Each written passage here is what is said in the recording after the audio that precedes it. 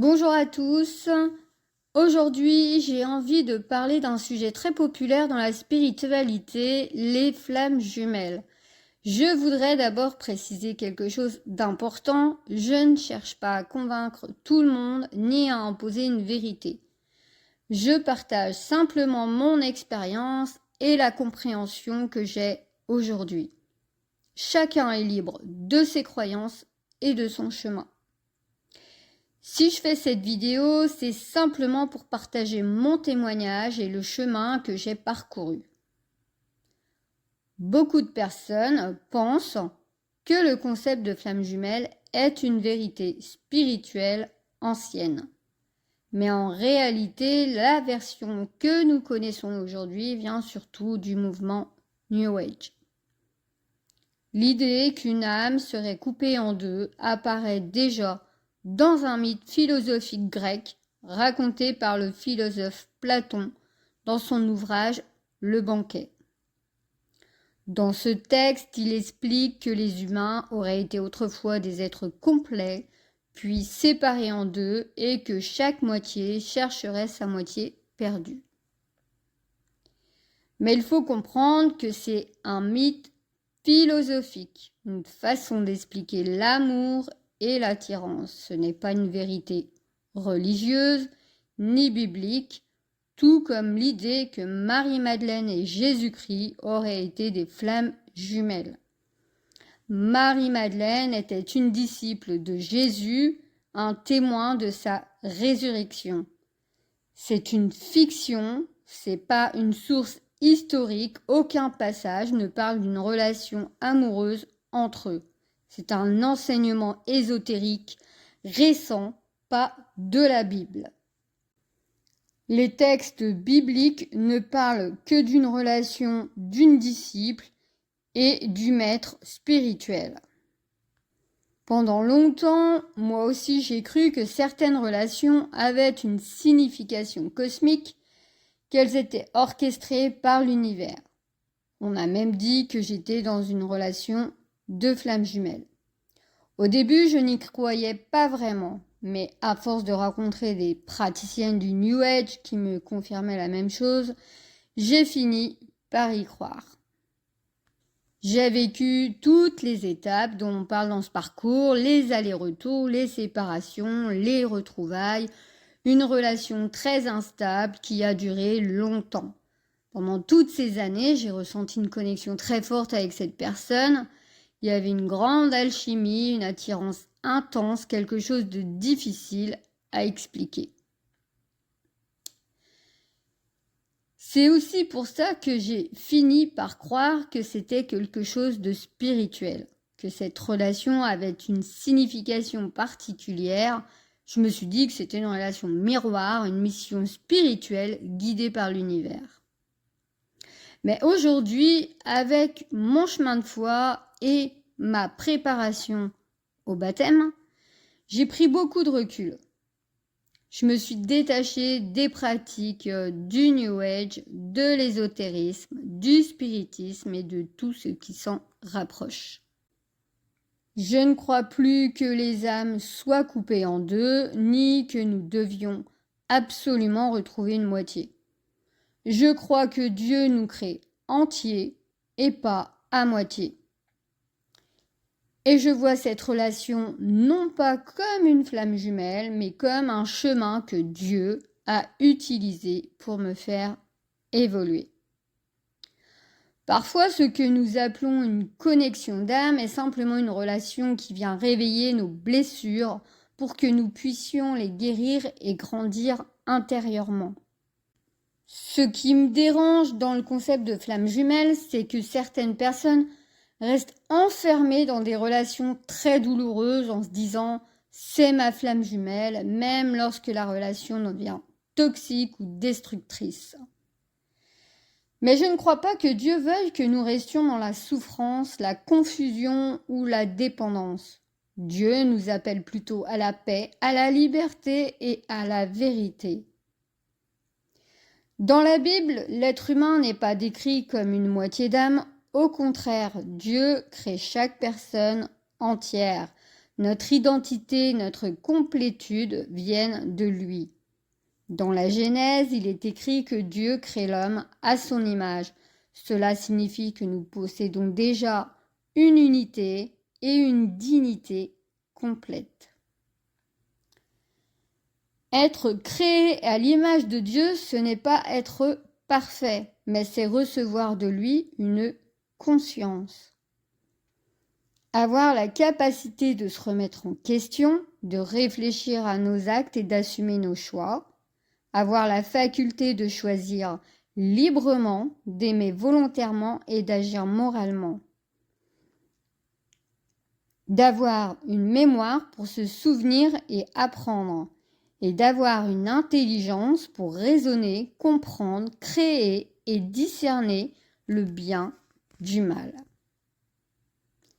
On peut donc parler d'une conscience morale, d'une conscience de soi et d'une conscience relationnelle, parce que nous sommes faits pour vivre avec les autres et apprendre à aimer dans la liberté. Cela ne nous empêche pas de traverser des blessures, des souffrances ou des épreuves. Au contraire, notre chemin avec ses difficultés et nos expériences, y compris nos relations chaotiques, peut nous aider à guérir, à grandir. En résumé, être créé à l'image de Dieu, c'est être entier, précieux et complet avec la capacité de grandir, d'apprendre à aimer et à pardonner, même à travers nos blessures. Aujourd'hui, je peux dire que tout ce que j'ai vécu m'a permis de me rapprocher de Dieu et de mieux comprendre ma valeur, ma dignité et ma liberté. Chaque relation, chaque épreuve, chaque rencontre peut être un instrument de croissance. Aujourd'hui, je ne consulte plus de voyante ni de praticienne du New Age. Pour moi, ces pratiques ne sont pas compatibles avec un chemin de foi tourné vers Dieu. Je crois que Dieu peut utiliser certaines rencontres, situations, relations pour nous pousser à évoluer, pour nous aider à retrouver notre essence pure et notre unicité. Dieu nous appelle à nous rapprocher de lui, à devenir libres, sans attache ni dépendance, à aimer inconditionnellement, à pardonner et à suivre la voie de la sagesse, tout comme lui. À une période de ma vie, je me suis aussi initiée au Reiki jusqu'au 3e niveau. À ce moment-là, je pensais sincèrement que c'était une porte que Dieu m'ouvrait. Je pensais faire quelque chose de bien, d'aligné spirituellement. Mais avec mon chemin de foi, aujourd'hui, j'ai compris que cette pratique repose sur l'idée de canaliser une énergie universelle. Personnellement, je ne crois plus que cette énergie vienne de Dieu. Ces pratiques comme le magnétisme ou le Reiki ne sont pas en accord avec une foi chrétienne. J'ai donc choisi de m'en détacher. J'ai perdu de l'argent dans ces formations, mais ce n'est pas le plus important. L'essentiel, c'est que ce chemin m'a permis d'ouvrir les yeux et d'y voir plus clair. Aujourd'hui, je ne cherche plus à canaliser une énergie ou à trouver des réponses dans ces pratiques, je cherche simplement à me rapprocher de Dieu. La Bible nous met en garde contre tout ce qui touche à la voyance, à la divination, à la magie ou au spiritisme. Ces pratiques ne viennent pas de lui et ne sont pas compatibles avec la foi.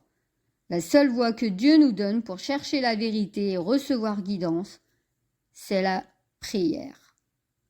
Dieu nous appelle à nous détourner de tout ce qui est ésotérique, occultisme ou spiritisme, et à retrouver notre essence pure, notre unité intérieure. Aujourd'hui, je vois cette relation différemment, même si elle a été très chaotique, je comprends qu'elle a été un instrument pour me réveiller. Cette personne a été comme un miroir qui m'a permis de voir certaines choses en moi. Grâce à cette relation, j'ai pu prendre conscience de ma dépendance affective, de ma solitude intérieure et de certaines blessures que je portais. Ce chemin n'a pas toujours été facile, mais il m'a permis de grandir et d'évoluer. Aujourd'hui, je peux dire que grâce à cette personne, j'ai appris à me respecter et à me faire respecter. J'ai aussi apaisé mon ego et cela m'a aidé à retrouver la voie de la sagesse et une paix intérieure. Il y a aussi quelque chose qui m'a beaucoup fait réfléchir dans ce parcours. J'ai souvent entendu dire que dans les relations de flammes jumelles, le libre arbitre n'avait vraiment pas sa place, que tout était écrit et que l'union devait forcément arriver un jour. Seulement Dieu nous a créés avec notre libre arbitre. Il peut nous guider, nous interpeller, parfois même nous bousculer pour nous réveiller. Mais il ne nous force pas. Dieu nous laisse la liberté de choisir, de nous tourner vers le bien ou vers le mal, faire nos propres choix dans la vie.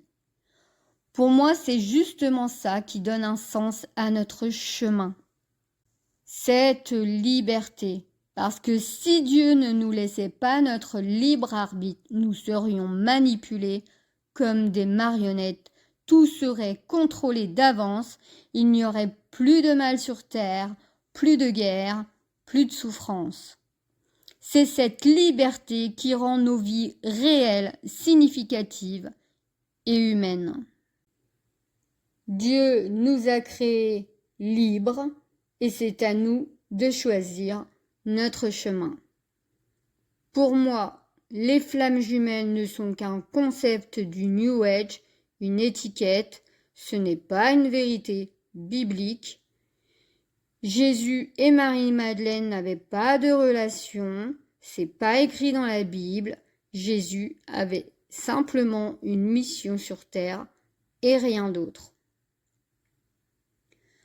Je rappelle donc que je ne cherche pas à convaincre tout le monde ni à imposer une vérité. Je partage simplement mon expérience et ma compréhension d'aujourd'hui. Chacun a ses croyances, chacun son chemin.